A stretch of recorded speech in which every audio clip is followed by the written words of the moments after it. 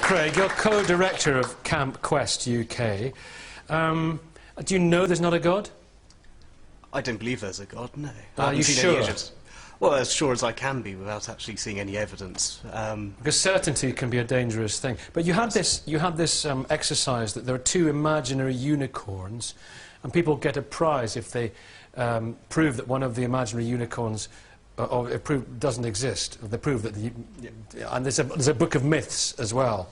And did somebody win the prize? Not this year. It's, the Unicorn Challenge is we tell the campers that there are two invisible unicorns around camp. They can't be seen, can't be heard, can't be felt, can't be touched. Leave no tracks. They can't hurt them, you can't hurt them. And obviously what we say is just try and prove that they don't exist.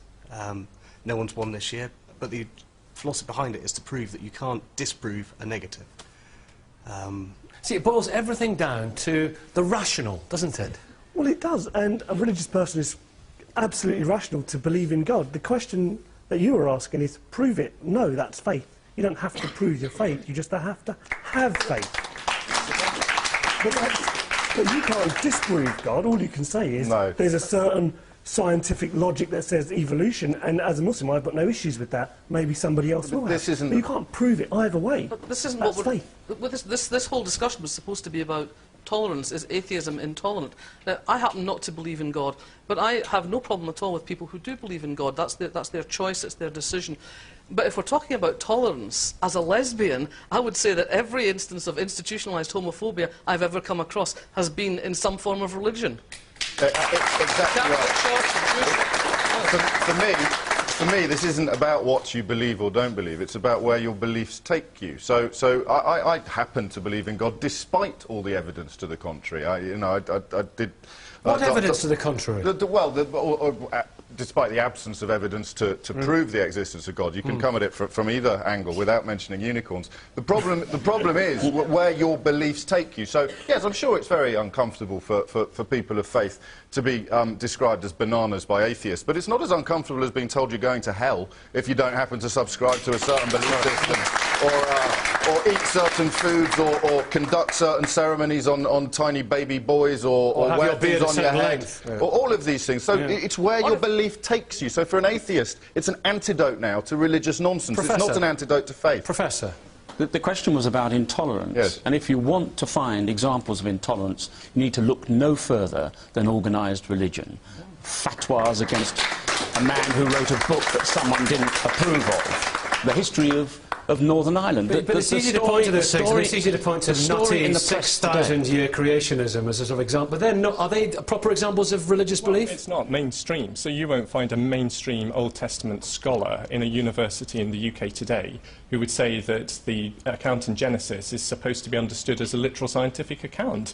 It wasn't intended to be. But I think the point there is, of course, people, whether they have religious faith or not, they can be intolerant. The point is, though, that today there are an increasing number of very vocal atheists, people like Christopher Hitchens and Richard Dawkins and a whole set of others, who are intolerant, who are very intolerant and very vocally so. And Chloe maybe as well. Because the churches are so tolerant and so quiet. They're intolerant. Look at what they're up against. No, the evidence is mixed. So, for example, a Christian motivated by his faith sets up Barnardo's.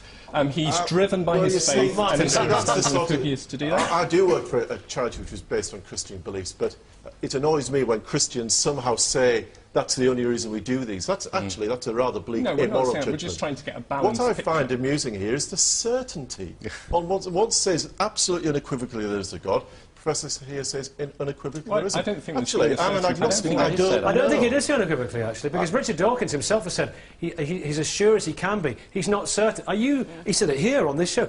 Are you certain there's a God? Yes. Right. Richard Dawkins says he's only on a scale of 1 to 7. He's only 6 in his certainty that there isn't a God. Who's the zealot? Well, no, because I don't force him to do anything, nor do I attack his belief system, and he does have a belief system. I don't say, hold on, Richard, guess what? If young children are sexualised, that's a social evil. He doesn't say anything about it. He talks about the burqa, he talks about the veil, he talks about how religious people dress. Yet, if a consumer society pushes a certain style, a certain orientation, a certain way of living... Such as? Well, such as sexualisation of children. He's got no issues with that. if a religious person says, hold on, I don't want my children dressed in a particular How do you way... know he's got no issues with it? Well, he's writing, read his books. I mean, he's said stuff about... You can't cover everything. He's taken on the ontological question. You can't expect him to deal with Woolworth's toys. No, we're not. Well, absolutely, we can do. We can say, why is a certain product of toys aimed at young girls so I find it expensive? offensive that you think that's a preserve of religious people. No, Absolutely I'm ridiculous. just saying that he hasn't picked that up. Okay. What he does do is pick up when religious people say cover. And I think that's an issue. He has a faith belief. But I think it's just also not a religious another, belief. it's another issue here that I do hear a lot from faith groups, is that somehow they are the only people, they have the monopoly on morality. Absolutely. They are the only ones who actually have the right to invade them all. Because the point is that hopefully most of us in this studio, we recognise that the truth is somewhere in the middle. There are claims and counterclaims. What we should all want is to have a reasonable debate about what account of the universe and human existence and future and identity is more plausible. I'm trying to offer one. I'm only pointing out to the fact that some public You'd like more atheists can respect be- from some atheists for what you believe? Well, I think we all need respect for what each other believe. Chloe? Well, atheists want exactly what you've just described. We want a debate. Now, what exactly is intolerant or disrespectful about wanting to debate someone's views with them? Now, even if you use slightly strong language, even if you call people names, well, in the end, that's not the same as the words that get thrown at atheists like militant and extremist and fundamentalist. Damned. It's just... Sorry? Damned. Yeah. Well, I think they're often words that are put to people who have religious faith as well. But so the point is, what? if we get told that we don't derive any morality from anywhere. I mean, just to come back to say the religious ethos of Bernardo. So I was reading your website with interest, and I looked at. I think it's 4 bullet points that cover the views that come from your religious ethos. None of them are actually related to the biblical teachings. They're all very good points. And we don't say they are. Yes. We're very clear we But, don't say they are. You say that. You say in the paragraph above that that the motivations for the organisation come from religious ethos. No, we do not. We say our history was born in the Christian faith, and we now work with and employ people of all faiths and no faith at all. I mean, that's different. I'm not saying you discriminate at all. Away from that particular point, isn't it? Let's come back to you, because you're a Quaker, but you don't believe in God, right? You believe God's kind of within us, and it's not nothing to do with the label, it's how you live your life. That's right. Quakers, kind of the guy regarded as the founder of Quakerism, George Fox, 2 very important things that he said for me was he encouraged people to walk cheerfully over the world, seeking that of God in everyone. So you could say that of good in everyone. So that's how my kind of version of God is perhaps that. But he also encouraged people to let your lives speak. And in York, Joseph Rowntree Foundation, we have examples of fantastic things that happen to come from Quakers. You have gay marriage in York, didn't you? That was debated in the big... Quaker debate. Yes, and a decision was made on that this week. Yeah. So what Quakers try to be is tolerant to all views and to encompass them. What would you like to say? You've had your hand up for ages. Yeah, I'd just like to say I think this whole debate that we're having today shows what a brilliant invention that religion was. Absolute superb invention by mankind. Yes. You know, there's no way, it's total gross profit on everything. There's no outlay. Profit, did you say? How do you spell that? With an H. You're just selling faith, and it's selling an idea. Yeah. And the shops are the churches, and you get the punters to build the churches. Yeah. We're talking about intolerance, and we've had a few sort of input on that particular issue.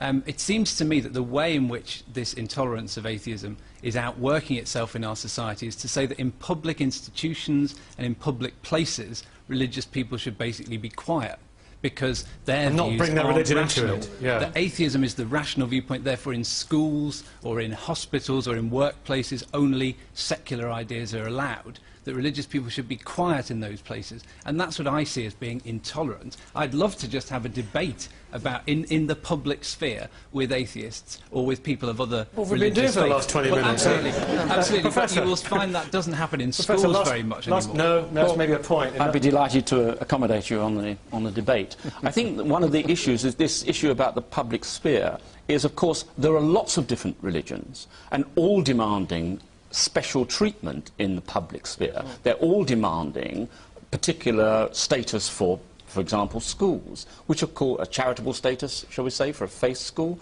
which of course means that we're supporting it. Hospital chaplains and so forth, which of course means that we're supporting it. Well, so it's a particular faith that is arguing in favour of special treatment, and that's the debate. That was the debate. There were all three debates. Thank you all so much for taking part this morning. Join us next week from Peterborough. Have a good Sunday.